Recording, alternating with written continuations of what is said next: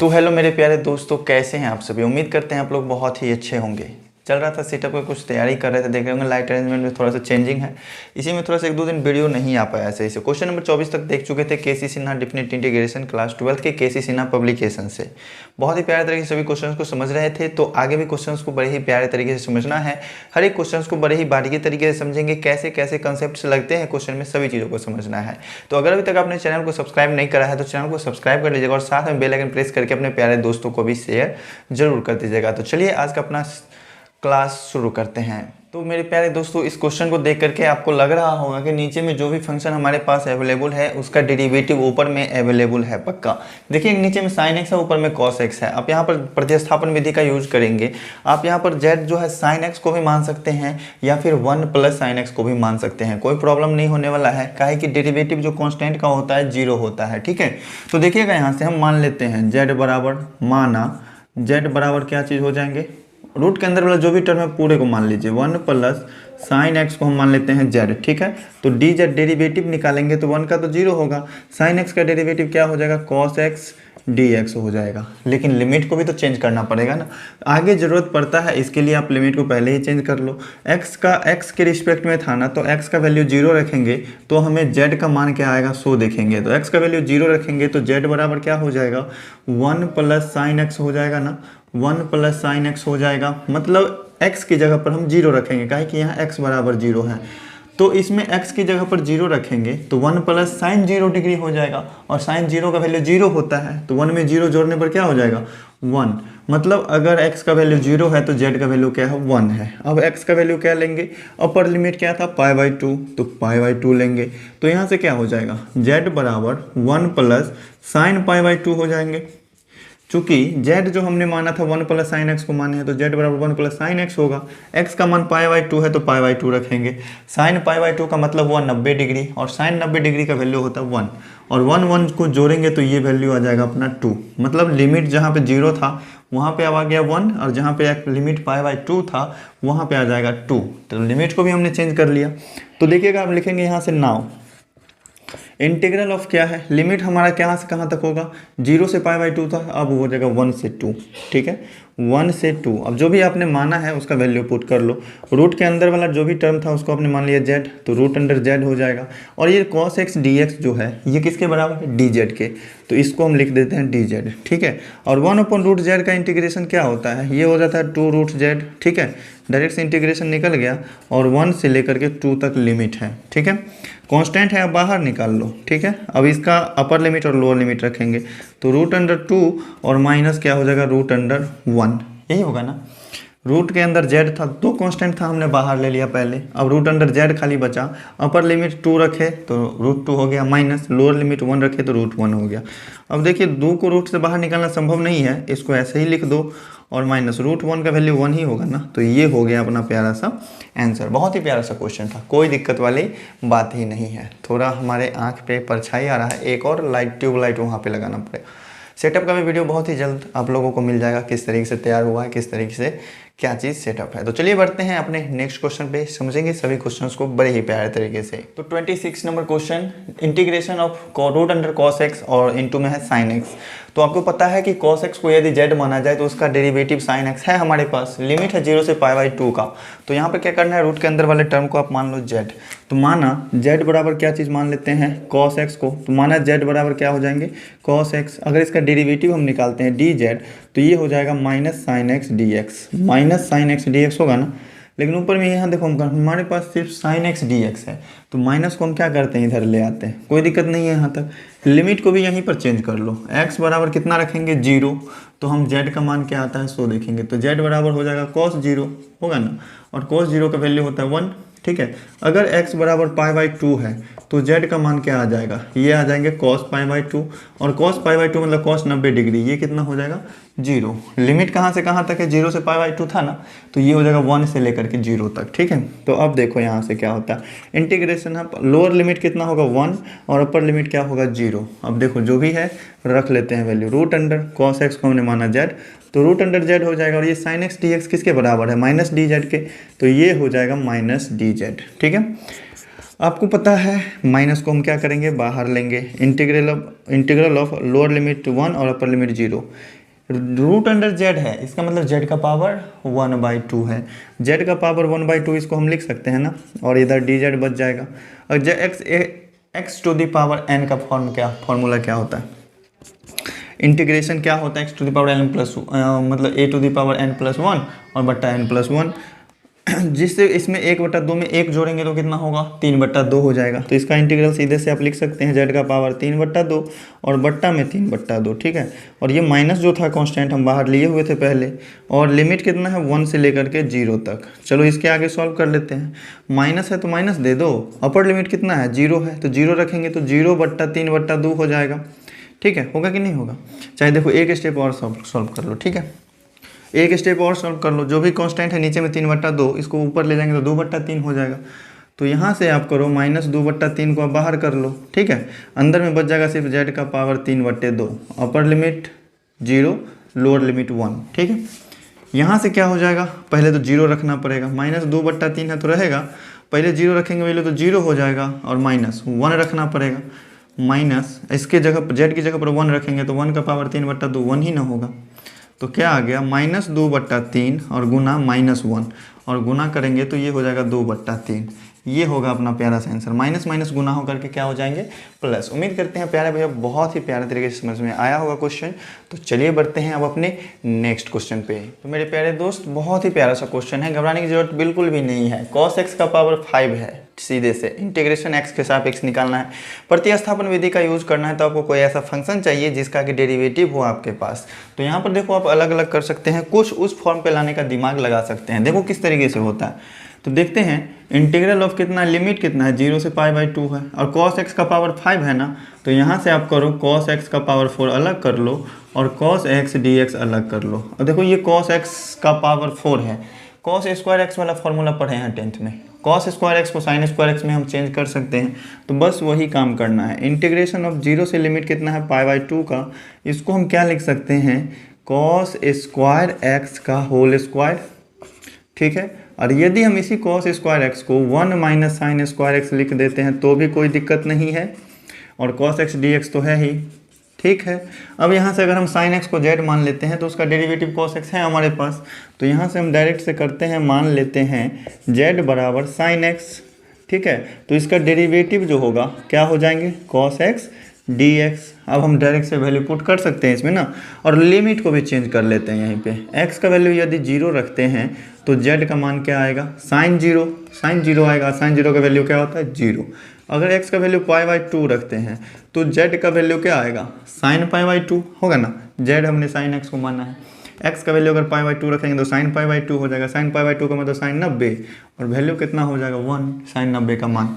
अब चलो यहाँ से हम लिमिट कर लेते हैं चेंज, यहाँ से 0 से 1 हो जाएगा लिमिट, 0 से 1, पहले था 0 से π/2, वैल्यू रख करके हम z का मान निकाल लिए। चूँकि अब हम z के रिस्पेक्ट में चलेंगे ना, चूँकि x के रिस्पेक्ट में था, अब हमने z माना तो अब z के रिस्पेक्ट में चल रहे हैं, तो लिमिट को भी z के रिस्पेक्ट में हम चेंज कर लेंगे। अब देखो यहाँ से 1 - sin x को हमने z माना था ना, तो 1 - क्या हो जाएगा z स्क्वायर, और इसका क्या हो जाएगा whole square. cos x dx किसके बराबर है, dz के, बस हो गया। इसका इंटीग्रेशन निकालेंगे तो थोड़ा सा सॉल्व करना पड़ेगा। 0 से 1 का लिमिट है, और 1 - z स्क्वायर का होल स्क्वायर करेंगे तो a - b के होल स्क्वायर पे टूटेगा। तो a square plus b square -2ab होता है ना, तो a स्क्वायर करेंगे तो 1 का स्क्वायर 1 ही रहेगा, प्लस b स्क्वायर करेंगे मतलब z स्क्वायर का स्क्वायर करेंगे तो z का पावर 4 हो जाएगा, और -2ab भी होता है, तो 2ab गुना करेंगे तो 2z स्क्वायर हो जाएगा। बस इंटीग्रल किसके सापेक्ष, z के सापेक्ष। बहुत ही प्यारा सा क्वेश्चन था। अब इंटीग्रल तो आपको सबका पता ही है, अलग अलग सेपरेट करके भी इंटीग्रल निकाल सकते हैं, एक साथ भी निकाल सकते हैं। 1 का इंटीग्रल z के सापेक्ष z हो जाएगा, प्लस z का पावर 4 का इंटीग्रल z का पावर 5/5 हो जाएगा, -2 कांस्टेंट है तो रहने देते हैं। z स्क्वायर का इंटीग्रल क्या हो जाएगा, z³ 3 हो जाएगा। बस हो गया इंटीग्रल। लिमिट 0 से 1 का रख देंगे, ठीक है। अब आपको करना है z की जगह पर 1 रखना है, फिर घटाना है तो z की जगह पर 0 रख के घटाना है। z की जगह पर 1 रखेंगे तो क्या हो जाएगा, ये हो जाएगा 1 + 1 का पावर 5/5, यहाँ हो जाएगा 2/3, ठीक है। और माइनस जीरो रखेंगे ना तो सब जीरो हो जाएगा। देखो जेड की जगह पर जीरो रखें तो जीरो हो गया, जेड की जगह पर जीरो रखेंगे तो 0/5 हो जाएगा। यहाँ जीरो रखेंगे तो 0 का पावर 3 जीरो, 0/3 करेंगे तो जीरो ही होगा, 2 से गुना करेंगे फिर भी जीरो ही होगा। तो बस इतना ही को रहने दो, और माइनस जीरो आप लिखना चाहें तो लिख सकते हैं, ठीक है। अब इसको सॉल्व करेंगे तो LCM आएगा 15 आएगा ना, नीचे में कुछ नहीं है तो यहाँ भी हो जाएगा 15 प्लस 5 तिया 15 तो 1 तिया 3 हो जाएगा, 3 पंचे 15 तो 2 पंचे 10 हो जाएगा। यहाँ पे ध्यान देना माइनस होगा, यहाँ माइनस था ना तो यहाँ माइनस होगा। अब देखो 15 3 18, 18 में से 10 गया तो बचेगा 8 और बट्टा क्या हो जाएंगे 15। ये हो गया अपना प्यारा सा आंसर। उम्मीद करते हैं बहुत ही प्यारे तरीके से समझ में आया होगा। तो चलिए बढ़ते हैं अपने नेक्स्ट क्वेश्चन पे। देखो मेरे प्यारे भाइयों बहुत ही प्यारा सा क्वेश्चन है, क्वेश्चन नंबर 28। देखो यहाँ पे साइन स्क्वायर एक्स और इंटू कॉस स्क्वायर एक्स है इंटीग्रल एक्स के सापेक्ष। आप एक फॉर्मूला पढ़े हैं ना, 2 sin a into cos A बराबर क्या होता है sin 2a का फॉर्मूला होता है। क्या इस क्वेश्चन को इस जो फॉर्म में है इसको हम 2 sin a into cos A के फॉर्म में ला सकते हैं कि नहीं? बिल्कुल लाया जा सकता है। देखो ये स्क्वायर है दोनों पर है ना, इसको इसका होल स्क्वायर लिख सकते हैं। तो ये sine x into cos x का होल स्क्वायर हो जाएगा। देखो हम कैसे चेंज करते हैं बताते हैं। इसमें हम करते हैं बाहर में 4 से भाग कर देते हैं तो 1/4 हो जाएगा बाहर में। अगर भाग किए हैं तो गुना भी तो करना पड़ेगा इक्वल करने के लिए, तो 4 से हमको गुना भी करना पड़ेगा। तो 4 sin square x into cos square x हो जाएगा और इंटीग्रल एक्स के सापेक्ष। ये लाइन समझे ना। अब देखो 4 से हमने भाग क्यों किया है ये भी समझाते हैं। चूँकि ये स्क्वायर है तो इसको हम अब स्क्वायर के पदों में लिखेंगे तो 2 sin x into cos x का होल स्क्वायर लिख सकते हैं कि नहीं? हाँ बिल्कुल लिखा जा सकता है। तो 1/4 हो जाएगा, इंटीग्रल ऑफ 0 से लिमिट है π/2। अब इसको हम लिख सकते हैं 2 sin x और इंटू कॉस एक्स का होल स्क्वायर इंटीग्रल x के सापेक्ष। अब इसको कुछ और चेंज किया जा सकता है, ये sin 2x का फॉर्मूला है तो इसको हम लिख देंगे sin 2x। तो 1/4 और इंटीग्रल ऑफ कितना लिमिट है 0 से π/2 और ये हो जाएगा sin 2x का होल स्क्वायर। तो इसको हम डायरेक्ट से sin स्क्वायर 2x लिख सकते हैं और इंटीग्रल x के सापेक्ष। देखिएगा फॉर्मूला सब आपको ध्यान रखना पड़ेगा। आपने एक फॉर्मूला पढ़ा है 2 cos स्क्वायर x बराबर क्या होता है 1 + cos 2x हो जाता है। और इसी में अगर माइनस चाहिए तो 2 sin स्क्वायर एक्स यदि रहता है तो ये हो जाता है 1 - cos 2x। ये फॉर्मूला आप पढ़े हैं। यहाँ पर अगर 2 नहीं है तो /2 आप इधर कर सकते हैं। तो आप चाहें तो /2 भी कर सकते हैं और चाहें तो 2 से गुना भाग भी कर सकते हैं। डायरेक्ट से आप फॉर्म पे लाना है, बात वहीं पे पहुँचता है घूम फिर के। तो हम करते हैं डायरेक्ट से। यदि सिर्फ sin स्क्वायर 2x का फॉर्मूला चाहिए तो इस 2 को हमको भाग में ले जाना पड़ेगा। चलो हम एक काम करते हैं, 2 से पहले ही भाग कर लेते हैं तो 1/8 हो जाएगा और अंदर में 2 से गुना कर लेते हैं तो 2 sin स्क्वायर 2x हो जाएगा, dx हो जाएगा। लिमिट जहाँ से जहाँ तक है 0 से π/2 रख लेंगे, कोई दिक्कत वाली बात नहीं है। बस फॉर्म चेंज कर रहे हैं प्रतिस्थापन विधि से सॉल्व करने के लिए, इसको लाने के लिए। 2 sin स्क्वायर 2x है, इसको 1 - cos 2x के रूप में चेंज कर सकते हैं कि नहीं? बिल्कुल। तो देखिएगा 1/8 हो गया, इंटीग्रल ऑफ 0 से π/2 का लिमिट हो गया 2 sin स्क्वायर 2x स्क्वायर है। 2 sin स्क्वायर 2x को 1 - cos 2x लिख सकते हैं। चूँकि यहाँ पर अगर x एंगल था तो यहाँ 2 गुना हो गया था। यहाँ पहले से 2x है तो यहाँ भी 2 गुना करेंगे, cos 4x हो जाएगा और इंटीग्रल किसके सापेक्ष? x के सापेक्ष। अब देखो इंटीग्रेशन तो आपको पता है ना, यहाँ से cos का इंटीग्रेशन sin होता है, 1 का इंटीग्रेशन x हो जाएगा, ठीक है। तो इसमें मेरे ख्याल से प्रतिस्थापन विधि नहीं लगेगा, z मानने की ज़रूरत नहीं पड़ी। तो देखिएगा यहाँ से डायरेक्ट से आप 1/8 कांस्टेंट है तो 1/8 कांस्टेंट लिख लेंगे और 1 का इंटीग्रेशन x के सापेक्ष x हो जाएगा और माइनस cos 4 का इंटीग्रेशन क्या हो cos 4x का, ये हो जाएगा sin 4x और x का गुणांक है 4 तो 4 से भाग भी करना पड़ेगा। लिमिट है 0 से π/2 का तो 0 से π/2 का लिमिट रख देंगे। अब चलो आपको अपर लिमिट और लोअर लिमिट रखना है तो 1/8 और x का वैल्यू पहले π/2 रखेंगे तो π/2 हो जाएगा माइनस साइन 4 गुना π/2 हो जाएगा। x की जगह पर हम π/2 रख रहे हैं और /4 हो जाएगा, ठीक है। और माइनस x की जगह पर 0 रखेंगे पहले और फिर ये हो जाएगा माइनस तो कर ही रहे हैं ना, घटाएंगे इसमें से तो माइनस माइनस प्लस हो जाएगा यहाँ पे और ये हो जाएगा साइन 4 गुना 0/4, ठीक है। ये अपर लिमिट रखें और घटाए क्या तो लोअर लिमिट रख करके। तो क्या आता है यहाँ से 1/8 और इंटू यहाँ से बचेगा π/2 और माइनस यहाँ से देखो 2 दूनी 4 कटेगा तो ये sin 2π हो गया ना। आपको पता होना चाहिए साइन पाई का भी वैल्यू 0 होता है, साइन 2 पाई का भी वैल्यू 0 होता है, साइन 3 पाई का भी वैल्यू हो जाएगा 0 इसी तरीके से। तो साइन 2 पाई का वैल्यू यहाँ से हो जाएगा 0/4, 0 ही होगा, माइनस ये तो 0 ही होगा, प्लस साइन 4 गुना 0 है तो ये साइन 0 ही हो जाएगा ना, तो ये भी हो जाएगा 0। तो सब टर्म हो गया 0, तो 0 को ख़त्म करो। 1/8 को π/2 से गुना करेंगे तो कितना हो जाएगा π/16, और ये हुआ अपना प्यारा सा आंसर। प्यारे भाई उम्मीद करते हैं बहुत ही प्यारे तरीके से क्वेश्चन समझ में आए होंगे। स्क्रीनशॉट लेकर के नोट करना चाहते हैं नोट कीजिए, फिर बढ़ेंगे अपने नेक्स्ट क्वेश्चन पे। मेरे प्यारे भाइयों बहुत ही प्यारा सा क्वेश्चन है, कोई घबराने की जरूरत नहीं है। tan cube x into sec square x है। आपको पता है कि अगर आप tan x को z मानेंगे तो इसका डेरिवेटिव सेक स्क्वायर एक्स है आपके पास यहाँ पे, ठीक है। बस कुछ नहीं करना, मान लेना है इसमें। तो मेरे ख्याल से ये क्वेश्चन आप लोगों से सॉल्व हो गया होगा। तो मान लेते हैं z बराबर tan x, तो dz क्या हो जाएंगे सेक स्क्वायर एक्स dx। अब यहाँ पे लोचा है आपका लिमिट का, तो लिमिट को भी मान लेते हैं। x का वैल्यू 0 रखेंगे तो z का मान क्या आएगा, तो z बराबर आ जाएगा tan 0, z का मान tan 0 हो जाएगा। काहे कि x का मान हम 0 रख रहे हैं तो tan 0 डिग्री का वैल्यू क्या होता है 0 ही ना होता है। x का वैल्यू यदि π/4 रखा जाए तो z का वैल्यू क्या हो जाएगा tan π/4, tan π/4 का वैल्यू क्या होता है 1 होता है। डायरेक्ट से आप लिख लो tan x है ना, तो x की जगह पर π/4 रखेंगे, tan π/4 का वैल्यू 1 होता है, π/4 मतलब 45। अब आपको करना है वैल्यू पुट प्रतिस्थापन विधि के लिए। लिमिट कहाँ से हो जाएगा 0 से 1 हो जाएगा, 0 से π/4 था, ये हो गया 0 से 1। tan x का पावर 3 है, tan x को अपने z माना तो ये हो जाएगा z का power 3। Sec square x dx किसके बराबर है dz के बराबर है।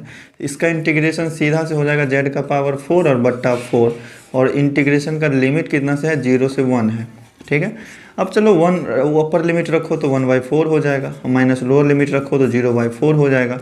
आंसर आएगा 1/4, यही होगा अपना प्यारा सा आंसर। बहुत ही प्यारा सा क्वेश्चन था, बहुत ही इजी सा था।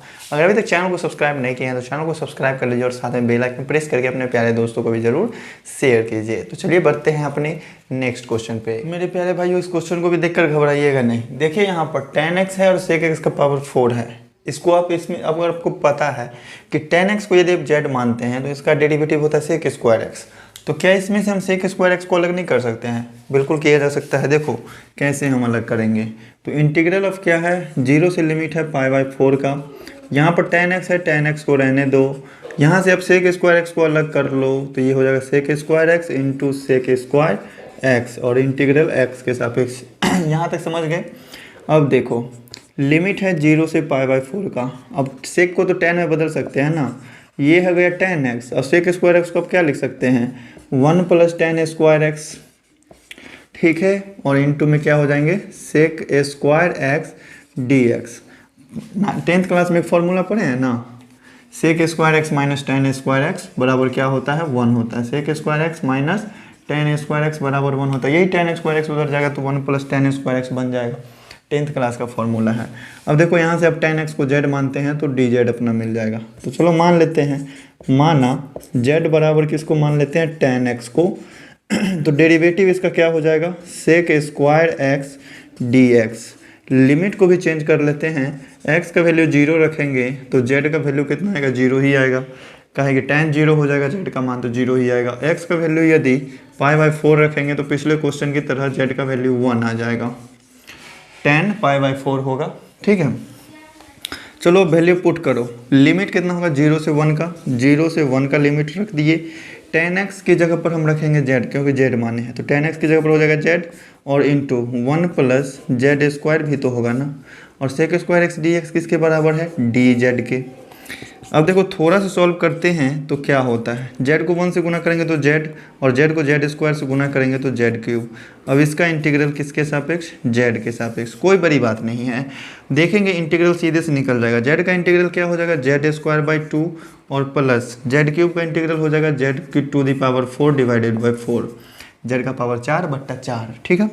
लिमिट है 0 से 1 का, तो 0 से 1। अब देखो आप अगर 1 रखते हैं वैल्यू, 1 का स्क्वायर 1 के होगा, 1 का पावर 4 1 ही होगा। 0 रखेंगे तो 0/2 0 हो जाएगा, 0/4 0 हो जाएगा। जीरो और लोअर लिमिट का तो कोई बात ही नहीं है, ख़त्म ही हो जाएगा सब। ये हो जाएंगे 1/2, जेड की जगह पर 1 रखने पर, जेड की जगह पर 1 रखेंगे इसमें तो 1/4 हो जाएगा। घटाना है लोअर लिमिट रख के, ये भी 0 हो जाएगा और ये भी 0 हो जाएगा। दोनों को जोड़िए तो 4 होगा, यहाँ से 2 दूनी 4 प्लस 4 1 4 तो 1 1 1, कितना आ जाएगा आंसर? 3/4 आ जाएगा अपना प्यारा सा आंसर। प्यारे भाई उम्मीद करते हैं बहुत ही प्यारे तरीके से समझ में आया होगा। जो भी परेशानी हो, जो भी डाउट हो वीडियोस को देखने में, अगर आपको कहीं पर भी किसी तरह का दिक्कत हुआ हो, कमेंट करके एक बार बताना बिल्कुल भी मत भूलिएगा। अगर अभी तक चैनल को सब्सक्राइब नहीं किया तो चैनल को सब्सक्राइब कर लीजिए और साथ में बेल आइकन प्रेस करके अपने प्यारे दोस्तों को भी ज़रूर शेयर करिएगा। तो चलिए बढ़ते हैं अपने नेक्स्ट क्वेश्चन पे। घबराना नहीं है बिल्कुल भी ऐसे क्वेश्चन को देख के, हम हैं तो गम किस बात का। देखो यहाँ पे सेक एक्स का पावर 4 है, सेक स्क्वायर एक्स के पदों में चेंज कर सकते हैं कि नहीं? बिल्कुल, अलग अलग कर देंगे ना तो अलग अलग हो जाएगा। ये देखो आप यहाँ से इंटीग्रल ऑफ क्या हो जाएगा, 0 से लिमिट है π/4 का, और इसको हम लिख सकते हैं sec square x into sec square x और इंटीग्रल एक्स के सापेक्ष। सेक स्क्वायर एक्स को tan में तो चेंज कर सकते हैं ना, काहे कि tan x का डेरिवेटिव होता है सेक स्क्वायर एक्स, इसको tan के पदों में चेंज कर लेते हैं तो ये हो जाएगा इंटीग्रल ऑफ 0 से कितना π/4, इसको हम लिख लेते हैं 1 प्लस tan स्क्वायर एक्स, ठीक है। और इनटू में क्या हो जाएंगे सेक स्क्वायर एक्स dx। अब क्या करना है प्रतिस्थापन विधि के लिए, मान लेते हैं, माना z बराबर tan x और इसका डेरिवेटिव dz क्या हो जाएंगे sec square x dx। Limit को भी चेंज कर लेते हैं, अगर x बराबर 0 रखेंगे तो z बराबर भी 0 आएगा, अगर x बराबर कितना रखते हैं π/4 तो z का वैल्यू क्या आ जाएगा 1 आ जाएगा। देख लेना आप रख के, x का मान 0 रखे तो z हमने tan x को माना है तो z का मान tan 0 हो जाएगा, tan 0 का वैल्यू 0। x का वैल्यू π/4 रखे तो z का वैल्यू क्या हो जाएगा tan π/4 और tan π/4 का वैल्यू 1 होता है तो ये हो गया 1। अब हम करते हैं वैल्यू पुट, अब क्या हो जाएंगे, लिमिट 0 से π/4 था, अब 0 से 1 हो जाएगा, 0 से लिमिट हो गया 1 तक। tan x की जगह पर रखेंगे z तो ये हो जाएगा 1 प्लस जेड स्क्वायर और सेक स्क्वायर एक्स dx किसके बराबर dz के बराबर। इसका डेरिवेटिव इंटीग्रल क्या हो जाएगा, 1 का इंटीग्रल z के सापेक्ष z होगा, जेड स्क्वायर का इंटीग्रल z के सापेक्ष z³/3 हो जाएगा और लिमिट है 0 से 1 तो 0 से 1 रखेंगे। आगे का सॉल्व करते हैं, अपर लिमिट रखेंगे तो क्या होगा, अपर लिमिट रखेंगे तो ये हो जाएगा 1 प्लस 1 का पावर 3/3 और माइनस 0 रखेंगे तो दोनों तो 0 हो ही जाएगा। चलो यहीं पर रहने दो इसको, बस इसका एलसीएम करेंगे तो 3 आएगा, 3 एक 3 प्लस 1 मतलब ये आंसर आ गया अपना 4/3। बहुत ही प्यारा सा क्वेश्चन था, कोई घबराने वाली बात ही नहीं थी, बहुत ही प्यारा सा क्वेश्चन था, बहुत ही प्यारे तरीके से समझ लिए। कोई क्वेश्चंस बीच में ऐसा आता है कि जो कि कठिन होता है, थोड़ा प्यारे तरीके से समझाना पड़ता है। इन सभी क्वेश्चंस में तो कुछ वैसा है नहीं खास, तो रहने दो आज के लिए इतना ही, फिर मिलते हैं नेक्स्ट वीडियो में, देखेंगे आगे के क्वेश्चंस को बड़े ही प्यारे तरीके से। आप लोगों को आज की वीडियो कैसी लगी ज़रूर बताना और क्वालिटी कैसी आ रही है फेस की ये भी ज़रूर बताना, क्योंकि सेटअप में थोड़ा छेड़छाड़ किए हैं। चलिए फिर मिलते हैं किसी नेक्स्ट वीडियो में, देखेंगे आगे की चीज़ों को ऐसे ही प्यारे तरीके से।